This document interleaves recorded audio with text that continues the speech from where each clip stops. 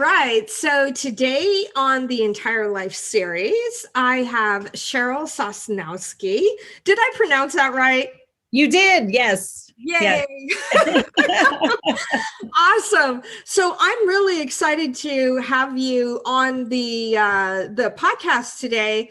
I showed you all of the cool stuff that we're doing with Entire Task and BitCloud, and you were like, yeah, that's really exciting. So tell us a little bit about yourself, how you got involved with coaching, and, as a business owner yourself, what sort of lifestyle that's been able to give you.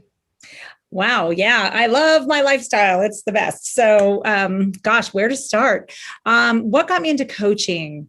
It was kind of accidental. I actually swore I would never be a coach or that I didn't need a coach. I thought the whole industry was kind of ridiculous, to be honest with you, until I was gifted a coaching session by a friend from an amazing coach who had me have more breakthroughs about myself in an hour than I had on my own in 20 years of personal development work. So I was like, oh, maybe there is something to this coaching thing. So I worked with her for a while. And as I just went on my own development path, it kind of became people started just asking, what are you doing? How are you so happy? How are you so peaceful? How are you always so joyful? How are you creating this life? And it just I was like, well, I guess I better take some coaching classes. And so I actually went through, I approach it from a spiritual point of view because I'm very spiritual. So I do spiritual psychology coaching with people, and I go through USM and a couple of other programs that I've done. And I just love it because I feel like if you work on the spiritual, which for me, spiritual is all of the invisible forces that shape our lives, your energy body and your energetics and those kinds of things, that you can change everything. And I love what I do. The lifestyle it's given me is it's, you could say complete freedom on one hand, but that freedom doesn't mean that I don't work as much as I used to. It's that I work now doing something that I love doing. So I really never feel like I'm at work. I absolutely love what I do. So I definitely work more hours, but it's working with a purpose and with an intention. And it's for me. And it's being able to take off, like I'm leaving Friday to go on vacation, and for Friday through Tuesday, and just like, yep, we're going. Don't have to check with anybody. Just, yep, we're going on vacation. So I love the lifestyle for sure. Yeah. That's awesome. And there's a certain amount of satisfaction that you get when you're really helping people, right? Doesn't that feel good? Yeah, 100%. I mean, there's nothing, honestly, nothing makes me feel, it's not even happy. That's not even the right word. I think the word is more maybe humbled, almost like, wow, being used in a way that's really impacts somebody's life to see something they didn't see before. And, Dr. Dyer said, when you change the way you look at things, the things you look at change. And to be able to be the catalyst for that, for somebody that makes them do that 180 in their life, is just amazing to me. Yeah. Totally. So actually talking about that, where you're talking about, being the catalyst for that, let's talk about clarity. Right? So how do you, either for yourself or for your clients, how do you get clarity? Well, I do my own personal system that I work with my clients is I have what I call my daily excellence quotient. And so before I even roll out of bed, I pull to front of my mind, the vision that I'm holding for myself, whether it's a goal that I'm working toward, or whether it's a big picture vision that I sometimes have no idea how it's going to happen, but I just see that end. And then I just ask and greet myself with the day and say, what can I do today that will make this day excellent and drive me toward my vision? And then I make a note of what that is. I get up, I have my morning time. I write those things down that I want to accomplish, check in with they're in alignment with my vision, with my goals that I have set up for myself, and do those things. And then at the end of the day, I do the same thing. I do another check-in. What did I do that was excellent today? And for me, that excellence is always, what anonymous kindness have I done for someone today that I don't tell anybody else about? It's between me and that other person. What have I done for myself that's fun? Like fun and play is so important to me every day. I'm like, it doesn't have to be a special occasion to laugh and play. I'd make sure that that's part of my day. Yeah. And just different exercising, making sure I'm drinking enough water, eating healthy meals, getting things accomplished that I want to get accomplished, that drive me toward my goals, that move me forward. And it's, we get so overwhelmed with the big picture that we forget it's in the mini monotonous details of the day that drive you forward one step at a time. So that's how I structure it, with that clarity and learning to really say no. Yes. Things, especially to myself. Yeah. Well, I mean, that's one of the reasons that I made Entire Task, right? Is because you want to connect what you're working on today with that long-term vision. And so for me, one of the reasons that I made it was because I can go down a rabbit hole really quickly, right? It's just like, let's go there. Right. And so what I did in creating Entire Task was basically, now I don't do anything until I put it in there, and I let it tell me if that's the most important thing to do. Because I might think it's important, but I've forgotten about this other thing that was more important in my life. And now it's right there, and I can go through and I know, oh, exactly. Okay, well, today, this is the most important thing, right? Or this week, these are the most important things. And so it gives me a lot more clarity that way to know what is really important, because we do kind of get into this shiny object syndrome, especially, I'm guilty. Me too. That's what, like, saying no. The biggest part of saying no to things is saying no to me. Like, no. Exactly. 100%, 100%. And it's funny, how you say like clarity, right? I was looking back the other day on something that I had put in my my Entire Task. And it was a year ago, and I had put it 3 years out. And then I moved it to a year. And then last January, which is only like 6 months from when I put it in there, I did that thing, which was going to Puerto Rico. That's amazing. Right? So that's the power of like you putting something out there in the universe. Yes. Right. And so I kind of think of like Entire Task is like my universal driving machine. It kind of like informs the universe of what I'm up to. And so maybe the universe is looking at it. I don't know, but it's weird. All of a sudden things happen and you're like, oh, these opportunities that I thought were like way out there, all of a sudden, whoa, okay, cool. I can do that now, not 3 years from now. Amazing. Yes. Yeah. I love that. I love that. So power. What about power? Because we all have those days when things aren't going right, when maybe it's kind of like the way that I explain it, I've explained it before on the podcast, is kind of like when you're paddling out in a wave, right? The ocean is pulling you back. Yes. And it's not going with you. And if you struggle against the ocean, you're going to tire yourself out. It's not going to happen. But if you just wait, and that's kind of how I feel it. When things aren't going right, I'm just like, pause, let go.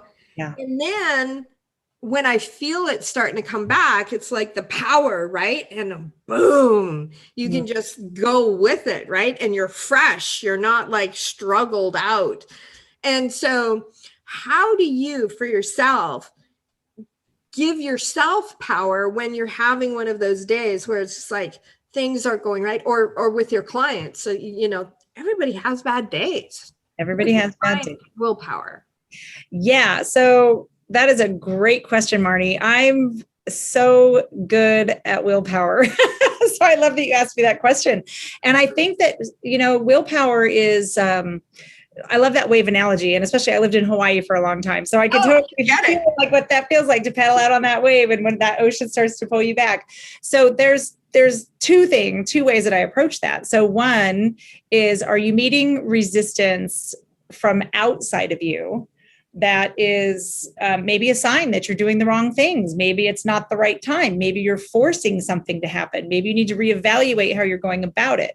So, on the case of a big wave surfer, you're not going to paddle out on a wave by yourself. You're going to hire a jet ski to pull you out there. So it's like you find, is it something external that's causing this resistance? And if so, do I need to wait? Do I need to get help? Do I need to find a better way to do this? If it's internal resistance, that's an invitation to push through, and then that's where all of those other things that you do that you enjoy doing, or that you've created enough self-love and self-care and fun and play time in your life that now you have those reserves to power through when you just have to paddle through the wave, because there's no other way. And that resistance in you could be a fear that you're bumping up against, or it could be like you're about to jump off the ledge into a whole new realm and you don't know what that's going to look like. So there's like, for me, it's looking is this power force requiring something outside that needs a change, or is it inside of me that I just need to buck up and step over that edge and trust that the universe has my back, that I'm living in alignment with this purpose. So for me, it's different ways of looking at it. And then of course, if you're just completely burned out, you're completely having a day, you're completely just melting down, then I am a giant advocate of self-care. Walk away and go. Yeah. And, I'm not an advocate for, like everybody jokes, walk away, go have a glass of wine, or go do this, or find something healthy that you can do to replace it. Find something with self-care, find something you visit, go for a walk, put on a song that you really love and dance, sing really loud, right? Sit in your car and scream, just go, ah! Or another thing that I really love to do that completely works is allow yourself to feel how you're feeling and be totally, utterly ridiculous about it. Take it to the most ridiculous extreme you could possibly take it to, and allow yourself to be ridiculous and have that meltdown that you're having in your brain, because when you give voice to that feeling, and I'll give a perfect example of this. I was having a complete meltdown about work and all these deadlines and all this stuff I had going on, and a client thing I had going on, and it was just too much. And I was just like, I'm at this point where I'm just going to cry and be upset. And my poor husband got the brunt of it. And I said, I don't need you to do anything. I just need you to listen to me for like 5 minutes. Yeah. And so I just cried, and I was like, I'm going to quit all of this. I'm just going to sell all my stuff. I'm going to get a job at the post office. I'm going to stop being nice to people. Like, I just allowed myself to be totally ridiculous. I was like, I'm going to be the worst post office worker ever. Someone's going to ask me for stamps, and I'm going to bend down and take 5 minutes before I stand back up. I mean, to the point where it just became hilarious that I was finally laughing about how ridiculous I was being over Love that. stress, right? So I feel like there's a lot of power in just letting ourselves feel how we feel to a completely ridiculous extreme, that it just drains yourself of it, because you see how crazy it is and how ludicrous you're being, and that loses its power. So you have power for what you want to do. Exactly. Like, I call it, allowing that little Marnie who wants her way, and just for her to have her little meltdown. Yes. And then once she's had her meltdown, big Marnie can come in and say, hey, it's okay. I'll take care of this. Let's go over here. Exactly. But if I don't let her have her moment, then, she fights me. And then I've got this internal Right. And that's like that voice in our head, and those feelings in our head start to take on a life of their own, and they get so big. Yes. So I feel like when you just let them out, and let yourself be ridiculous. And, I've done it with another thing, giving a talk in front of a big group of people, and I was terrified. And my husband was like, what are you terrified of? And I'm terrified that they're going to hate me. And he's like, well, what's going to happen if they hate you? I'm like, they're going to boo, and they're going to throw tomatoes at me. I'm like, so I played like the whole worst. As if people bring tomatoes to talk to you. Right? But then I got all that fear out, and I was like, okay, I'm ready. I'm good now. Yep. Awesome. Oh, that's great. I have my clients do the same thing. I'm like, just allow yourself to be completely and utterly ridiculous without judging yourself. Yeah. Just let it out, and then it goes away. It's energy. Just let it move. Yeah. Exactly. That's the thing, is that you got to let the block out. Yeah. Right. And if you don't let the block out, it just kind of, it's like it sits there, festers, and gets bigger and bigger. Yeah. You know? Yeah. So that's really cool. I love that. And nobody's talked about that on the podcast so far. So you're the first one. That's epic. I love it. Good. Awesome. Awesome. So what about follow through? Now you've got your clarity. Now you've got your big girl pants on and you've got power. What do you do to follow through? I am the checklist queen. I love checklists. I love crossing things off of my checklist. It makes me feel so satisfied. It's such a little sense of accomplishment, just done. Yeah.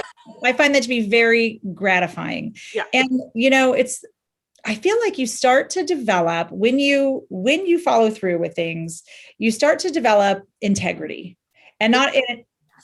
And it's integrity in yourself, and it feels good. You learn to trust yourself. You learn to trust your own word. You learn to trust your own integrity, and integrity means it's something's in alignment. It doesn't break, right? If this board is in integrity, it's not going this way or that way. It's you could trust it.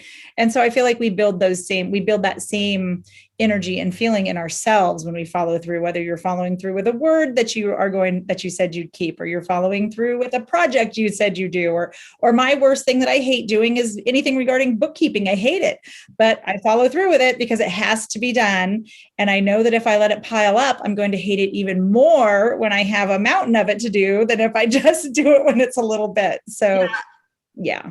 Following through becomes fun. It kind of becomes a game. And I know that it's moving you one step closer to where you want to be, one step closer to the mark. And you learn to trust in your own self and trust in your own abilities, that you start to have your own back in things. You're like, oh yeah, I got this. I can do this. Yeah. One of the things that I'm doing in entire tasks in the projects area is kind of like giving you a look back, because what I found for myself was, if I look back 6 months ago and I look at the stuff, or a year ago, right? And I look at the stuff I got done, it gives me more confidence that I can go forward and do this other stuff. Because if I look back at that, I thought, oh, I couldn't do that. And then I do it. And then I look back and that really wasn't that hard. So why can't I do this project? Right. Right. It absolutely does give me that confidence to say, hey, I thought that was hard and I did that. So why can't I do this? Right. Yeah. Yeah. And if you want to play a big game in life, it's going to demand a lot of you. You can't expect to play a big game and show up small. So you have to be a person who follows through and trusts yourself. And, and if it's even if it's little things like starting out small, if it's, if a person wants to, who's that guy who's like the now world-renowned fitness dude, and he used to be super overweight, and he said, I just started doing 1 push-up a day. It's like, if I can do 1 push-up a day, and that's really what it is, right? I did 1 today. I did 2 tomorrow. I did 3 the next day. Yes. And that check back, like you just said, like when you look back, because we forget how great we've done. And so it's like, I think weekly check-ins with myself at the end of the week, I check in. I'm like, wow, look at all the stuff I did this week. Yay. I'm so proud of myself. I got this done and that done, and try not to carry it forward into the next week. Yeah, exactly. And start off with a positive point of view. That's for sure. That's great. Yes. Okay. So now I know that you probably have a great gift for our listeners here today. Tell us about your gift, and we'll make sure that we link to it below. Awesome. So I am a UCLA trained mindfulness trainer. So if people I have a ton of free stuff on my website pertaining to mindfulness and mindset and art. So art is so good for you. It's a right and left hemisphere of your brain. One of my favorite articles said art is great for you, even if you suck at it. So color, do something. It's great for your brain. So on my website, I have a free book that is 100 mindfulness practices, practical mindfulness practices that people can do anywhere. So download that, start applying them, things you can do when you're driving, things you can do when you're at the grocery store, so that you can start to cultivate more attention and more awareness, and you can get a lot done in a focused, attentive hour. That's awesome. Yeah. That's awesome. And when you were just talking about doing art, oh man, I'm excited that you're coming over and jumping onto BitClout, because there's a whole bunch of people over there who are doing these NFTs and things like Yes. that. Isn't that Yes. exciting? So exciting. I've been learning about those on Clubhouse. I've been popping into some rooms to learn about NFT because I'm like, this is so amazing. This whole future of technology. I love AI for good and technology for good, and believe it can create such an amazing world. So yeah, the NFT world is incredible. Yeah. Yeah. And I mean, that's what I'm doing with Entire Task. And the whole reason I'm doing this is because I want to empower, like our quote, right? Our headline for Entire Task is helping people who are going places get there, right? Yeah. Yeah. And the thing is that sure, sometimes you don't need help, right? And you don't need anything. You just need a pencil and a piece of paper, right? Right. Sometimes having technology to help you, like those times when we say we forget stuff or we're not clear about what it is that we want to work on, right? Technology can help us with that. And that's kind of where I come in. And then you might be going, oh, I'm doing really good, but if I had a coach, I might even do a little bit better. And so that's why I wanted to bring the coaches in, because my personal belief is that people can influence the world far more than governments or businesses can. 100%. Most of the incredible things that have happened in the world were from single individuals. That's Einstein, even what Elon Musk is doing, all of these individuals that had these crazy ideas, right? And they wanted to really make an impact on the world. I want to empower that, right? Yeah, for sure. And that's what I see you guys as the coaches is doing. I can do the technology side, right? They can bring their ideas of where they want to go, and we're just here to help them get there. For sure. And my passion is helping people access, expand, and elevate their own consciousness. When you can do that, you can do love anything. that. Yeah. Love it. Woohoo.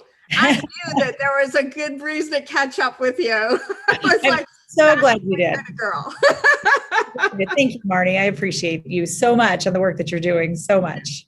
Yeah, I'm so excited to learn about all of this new stuff. And I mean, this whole new social decentralized and the power, like just yesterday, and now I'm kind of rambling, but just yesterday, I'll give you an example. There was a thing where the BitClout kind of went down a little bit and the admin was available. And so crazy things were going on. And then I went on to this other node, which is a BitClout node as well. And I was able to tell everybody, I'm like, hey, the main chain is fine. Even though the weird stuff is happening over here on this node, right, the main chain is fine. So we can be calm. We don't have to freak out. But what I got out of that, and I'm going to post a video about this in a little bit, was that when I went over to this other node, all of my followers came with me. All of my content came with me, and the people I follow were on this other node. So the thing to understand is that with being a BitClout powered, right? What that means is that if I post something on our node, on Entire Tasks node, it goes out onto the main, it's all one database. Right? And I just like, wow, you think about some of those people who are deplatformed, right? Yes. On YouTube or Facebook or whatever, for whatever reason, sometimes good, sometimes bad. But with the database being one single database, so let's say you're on a database and or on a node, and you don't jive with those people, right? They could cut you off of that node. But there's other nodes that you could go to, and everything's going to move with you, right? Yes. And so the power for the people who are actually creating the content, I was just like, wow, that's magic. It really is. You already know how I feel about free speech. And like, if you don't like it, maybe I just grew up in a different generation where I'm like, if you don't like what someone is saying, turn the channel. It's not that hard. And it's, and I really honestly believe, Marnie, though, that as a species, we are changing our frequency, and we're literally changing as a species, and this planet is changing its vibration. We are changing with it. And as we do that, you're exactly right. We're just watching an old system crumble away while a new system is built. And I believe in a system of synarchy where you have people who are, imagine a society of people who are awakened to their own divinity and their own greatness, that you honor and respect that in other people just as much. And it does away with the need of it for anybody to tell you what to do, because you're personally responsible for your own behavior and what you're creating in the world. Well, so this is another thing that I really liked about BitClout, right? Is that like on other networks, like for instance, on YouTube or not so much Facebook, but like Twitter, you could be anonymous, right? Right. And so people would just spew vitriol because they were protected by their anonymity. Right. And so what I really like, even more so, is that there's a dollar value attached to you. So you dang well better be socially acceptable to some degree, right? Yeah. You have to watch what you say. You can't just, so you think about it a little bit more. Like, do I really, and also you need to remember that when I say something, when I post something, this is posted for all time and eternity. Absolutely. It's not like Snapchat. It's like the opposite of Snapchat. This is like, think before you type. I said this, right? So it's like, it's a whole different thing. And so you think about it a little bit, and then you also kind of think about it from other people's point of view. Well, how could this come off, Yes. So it's mindfulness into your posting and thinking before you hit enter. It's exactly what it is. It's like, should I say that?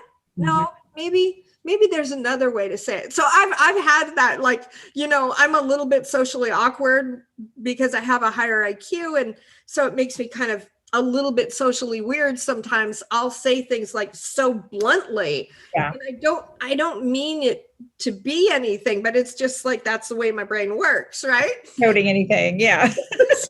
So I'm like typing something and I'm like, wait a second. How does that sound? And that's hard with words anyway, because they're purely open to interpretation from the point of end of the other person. Right. And so it's like when we, the golden rule is so simple: do unto others as you would have done unto you, and it's like, and that doesn't mean that you're thinking about other people. That means that karma will come back and get you.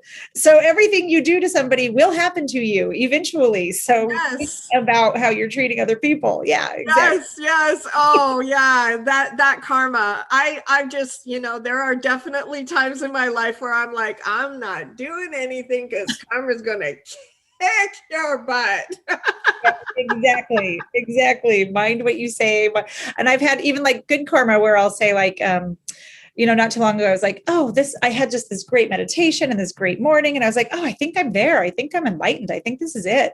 And I was like, oh yeah, let's get you stuck behind every idiot driver on the planet and every red light and every possible thing that could go wrong. That after like 30 minutes of driving, I was like, never mind. I take it back. Yeah, we'll see, right? Take it back. Can I just go back to my normal pleasant drive to work now? Thank you. Oh my gosh. This has been a real pleasure. Thank you so much, Cheryl. Thank you so much. I appreciate it. Thank you. Awesome. We'll see more of you in the future. Definitely. Okay. Bye. Bye.